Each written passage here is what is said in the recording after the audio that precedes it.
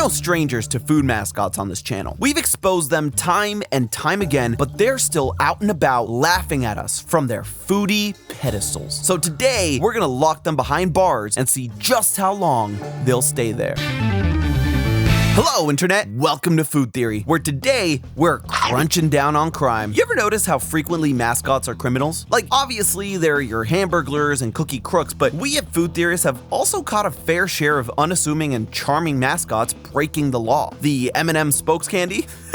Those guys are so funny, but they're also cannibals. Finn the goldfish? Yes, he has a name, and he's a fish trafficking traitor to his own kind. Captain Crunch looks like a kindly grandpappy, but he's a potential murderer who for 60 years falsely claimed the valor and title of a US naval officer, despite being called out as a fraud by actual Navy officials. Since then, he's clearly been absolved of all those crimes and is now officially a captain. Now, I don't know about you, but this seems awfully generous. It seems like these mascots all have deep pockets and connections that allow them to get away with their crimes. But I want to know what would happen if the lot of them actually faced prosecution charges. Is Chester Cheetah dangerously cheesy or just flat out dangerous to have walking amongst polite society? How many burgers has the Hamburglar burgled? And if the Kool-Aid Man had to pay for damages, would his bosses at Kraft Heinz be able to afford the bill? Today, we're throwing not just the kitchen sink at these food mascots, but the book. According to the law, which mascot is the worst criminal offender and who will be doing the hardest time behind bars? Grab a spoon and a broom because we're about to clean up the grocery aisle. So let me just start by saying there are a lot of food mascots, and many of them are looking at careers that span over 50 years. This means I've got a crunch ton of commercials to dig up and binge, but it also means we have to set up some ground rules so that the Food Theory courthouse doesn't get bogged down with prosecuting the small fries. The first rule I'm employing is double jeopardy. Matt already extensively exposed the crimes of the M&Ms, Captain Crunch, Finn, and the Noid in his own theories. So in the interest of treading new ground, these mascots are protected by the double jeopardy clause, aka the law that prevents someone from being repeatedly tried for the same crime. But for the curious, these criminals would be looking at roughly 25 to life, 1 year, 5 years, and 10 plus years depending on how much the fashion police throws his way. I mean, what even is that? I'm also going to only focus on the crimes of individual mascots. So while Cinnamon Toast Crunch Crazy Squares do frequently eat their own kind in a violent sugar-fueled craze, we can't very well put an entire species of cereal on trial. There's also some important legal parameters we should cover before we take these mascots to court. The American legal system is very nebulous. Crimes in some states are punished differently and even defined differently in others. So in order to streamline our sentencing, I'll be using the national averages for each crime. So with all those boring rules out of the way, it's time that we play judge, jury, and check-secutioner. Hear ye, food court is now in session. Now, I don't gotta tell you, there's a lot of mascots.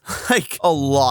Like, I didn't even realize how many there were when I first started researching this super cute idea, and then suddenly I'm knee-deep in Quizno's Spunk Monkeys and Crinkle's the Nightmare Clown. To keep things simple, let's break things down into the major categories so we can find the worst offender in each. You've got your fast food mascots, your breakfast cereal mascots, general foods, your beverages, and finally, snacks. I thought the fast food mascots would be where we'd find the worst offenders, but honestly, Ronald, super clean. Wendy, nothing. The Colonel is just a sweet old man that loves his chicken. The title isn't even stolen valor, it's an official title given to him. He just really leaned into it. Even Jack from Jack in the Box isn't much of a criminal. And I thought the same thing as you. Are you kidding? With that creepy face? But turns out after being blown up in 1980, Jack returned to advertisements in the mid-90s seeking revenge like a fast food Deadpool. His return escalates in the destruction of the Jack in the Box boardroom, implying that he had evened the score with the old brass that blew him up. Fortunately for Jack, there's reasonable doubt that he actually murdered anyone, despite the heavy implications. Also, because he's technically the CEO, he probably won't be charged for damaging company property. I will say that Jack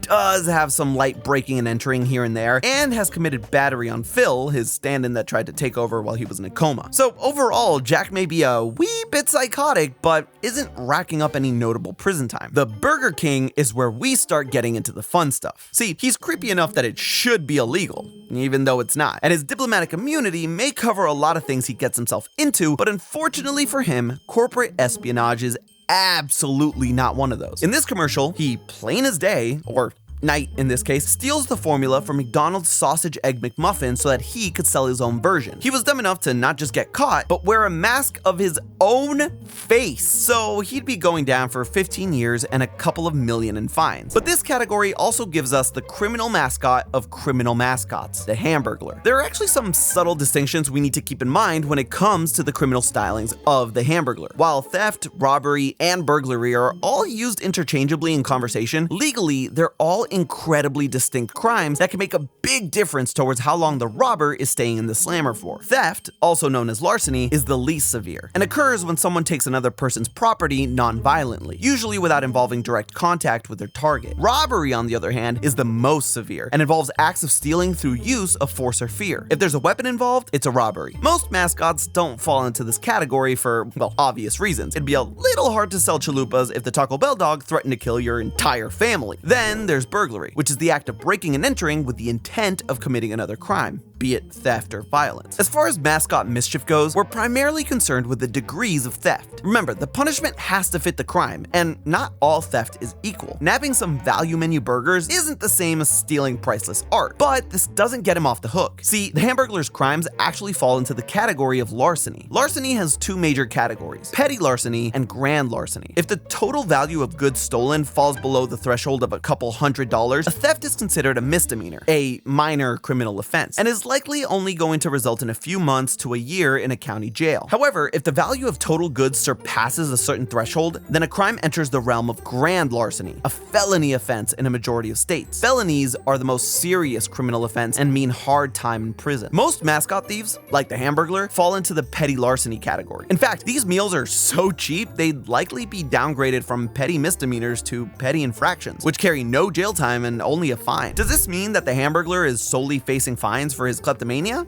Not exactly. Stealing a single cheeseburger might only result in a fine, but the law accounts for repeat offenses, for which the Hamburglar has many. In my research spanning from his first appearance in the 70s to his modern update, I found evidence of at least 21 on-camera attempts at stealing burgers. That sort of crime wave is going to result in a much harsher sentencing. So if Mayor McCheese pushed the district attorney of McDonaldland to bring the hammer down on the Hamburglar, he's looking at upwards of 3 extra years in prison per instance of theft. And if you think that's bad, it only gets worse. While most of these crimes were committed in public spaces, at least one of them was a burglary of a residential home, and another was a straight-up robbery. The burglary committed in this commercial would normally be classified as a first-degree burglary. In other words, breaking and entering with the intention of petty theft. But considering that a little girl was home during the actual burglary, the law considers this a crime of a higher degree. He's looking at a severe and violent felony burglary charge, punishable with a 6-year slammer sentence. All totaled up, the Hamburglar is facing an average of 32.5 years in prison for his crimes. Those are some rookie numbers once we get to the breakfast mascots though, because while Tony may be great, his friend the Trix Rabbit is absolutely not. This can come as a surprise since you might know the Trix Rabbit not as a perpetrator, but as a victim. Oftentimes, commercials show the rabbit purchasing or winning tricks only for it to be snatched from his hands by gatekeeping children. Don't let the sob story fool you. He's got a rap sheet longer than Toucan Sam's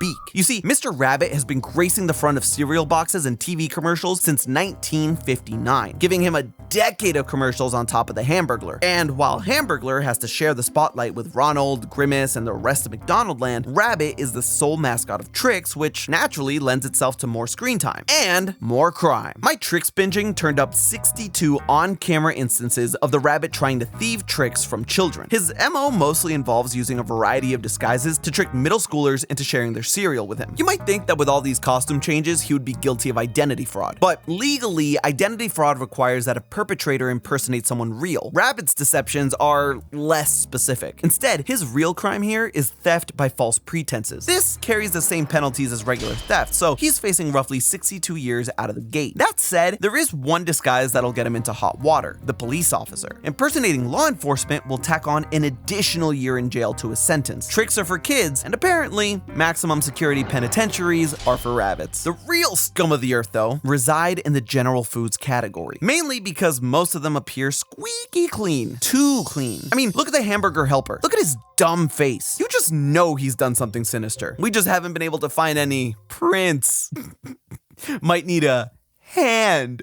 No, but seriously, the Jolly Green Giant's going to prison. You know it, I know it, everyone and their mother knows it. This dude is definitely getting hit with an indecent exposure charge. Thanks to the IRL statue of the giant in Blue Earth, Minnesota, we know that he doesn't wear underwear. And the fact that he didn't cover up his pea pod in front of an underage sprout means that he'll be doing at least 5 years in prison and get placed in the registry. Jolly's biggest, most outlandish crime, however, has global ramifications for every citizen of Earth. Due to his incredible powers, Jolly has the ability to move the sun and moon. The physics of how a 55-foot tall green dude can push the sun out of the sky and crush the moon with his bare hands aside, I don't think I need to tell you that casually moving celestial bodies out of orbit would seriously mess things up worldwide. We're talking tidal waves, crop failure, seasonal disruption, and the destabilization of the Earth's axis. And he doesn't stop there. After shuffling around the sun and moon, he reaches into space and breaks off a chunk of the moon to make cheese. And to be clear, this is our moon he's destroying. The Jolly Green Giant doesn't live in another multiverse. The Valley of the Green Giant is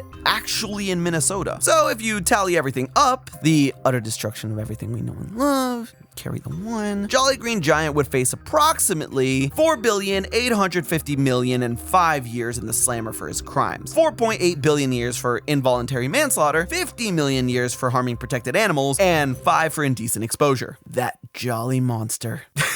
All right, I had my fun. Let's move on to probably the most famous criminal mascot, the beverage man himself, the Kool-Aid Man. This iconic party crasher sprouted arms in 1975 and has been knocking down walls ever since. Unsurprisingly, the crime he's primarily guilty of is, well, destruction of private property, aka vandalism. Similar to the degrees of theft, the different degrees of vandalism are determined by the total value of goods involved in the crime. This misdemeanor to felony threshold typically ranges between a few hundred to a few $1,000s in damage. Most vandalism sentences usually focus on finding the perpetrator and reimbursing the victim, but felony vandalism can carry some harsh time in the clink if the judge deems it so. According to the US Sentencing Commission, the average property destruction offender faces 2 years in prison. In order to figure out just how often Kool-Aid Man is doing felony level damage, we'll need to assess the cost of his incidents. Luckily for us, a Reddit user and professional damage estimator already tallied up an estimated cost of the Kool-Aid Man recreating the Wrecking Ball music video in the kitchen. According to them, accounting for the walls, wiring, and floor damage, the average kitchen wall destroyed by the pitcher of fruit punch would cost roughly $5,000 to repair. That is well over the felony threshold, meaning mostly every single wall bust is going to get him 24 months. There are at least 25 cases in which the Kool-Aid Man burst through structures that'll warrant felony charges. This long list of vandalized property includes several walls, a complete limo door, and a park slide which will cost at least $1,500 to replace. Technically, 2 of the walls the Kool-Aid Man into oblivion were on his own property, so he wouldn't face criminal charges over those. This totals out the Kool-Aid Man's sentence as 46 years in jail, and the likely repair costs will be in the neighborhood of somewhere between $115,000 and $230,000 in fines. So to answer the question posed earlier, yeah, Kraft Heinz can totally afford the penalties this wannabe Marvel villain is liable for. While on the subject of beverages, we have to include Punchy, the Hawaiian Punch mascot. He might look like a long-lost Rocket Power cousin, but old Punchy has been committing battery since the 1960s. Thankfully, Punchy isn't exactly John Wick. He mostly sticks to singular wallops that don't dole out serious bodily harm. His punches do, however, constitute simple battery, a misdemeanor punishable by an average of 6 months. With 32 recorded instances of Punchy's signature cross, he's likely facing an 11.5-year bid. Fruit Punch, man, just makes you a meanie. But it won't make you as much of a meanie as our final category of future convicts. The snack food mascots are truly an evil bunch. Take Mr. Peanut. Now, there's one mascot I was especially eager to nail due to his squeaky clean record and polished, opulent appearance. Unfortunately, although this dude has done some undeniably shady stuff, we can't pin anything truly illegal on him. Back in 2020, Mr. Peanut successfully faked his own death and rebirth into a new soul named Baby Nut. But it turns out that faking your death isn't inherently illegal on its own. Most death fakers run into trouble when the authorities are alerted to their fraudulent activities. I mean, let's face it, no one is faking their own death for good reasons. It's usually tax evasion or insurance fraud, but unfortunately, we don't have any hard evidence to put Peanut in a steel shell. This white-collar criminal gets away with it this time. No, the mascot who takes the cake in this entire episode is none other than Chester Cheetah. In addition to a handful of theft charges from his early years, he once took down an entire mansion in the early 2000s. We're talking 3 stories, glass chandeliers, open ballroom. Yikes. By using the value of a similar home home that's currently for sale, and adjusting for inflation, we can estimate that Chester did just under $1.4 million in damages. Not only that, the homeowner could sue him for a considerable chunk of cheetah change. The commercial also highlights just how much of a dangerously cheesy wild card Chester is. In this commercial alone, the Cheeto champ would likely be charged with 13 counts of reckless endangerment, a crime that through negligence can put other people in jeopardy. Other commercials from this era show a pattern of behavior and an additional 3 counts of reckless endangerment. Chester in these commercials is brazenly risking the lives of the humans involved, so his actions would most likely result in the highest charge of reckless endangerment. So with up to 7 years per negligence charge, 2 charges from his thieving commercials, and 1 felony vandalism count, Chester is looking at 84 years in prison. So there you have it. Despite competing with a slew of thieves, flashers, crashers, and thrashers, it's Chester Cheetah that'll be behind bars the longest, especially when you take into consideration that cheetahs live about 10 years. That's more than 8 life sentences. It ain't easy being cheesy, but it ain't legal either. Fortunately for him, orange is the new black. But hey, that's just a theory. A food theory. Bon appetit. And if you want to check out the episodes I mentioned at the top of the video, you can click on screen now to find out how Finn the Goldfish is a traitor to his own kind. And as always, friends, I'll see you next week.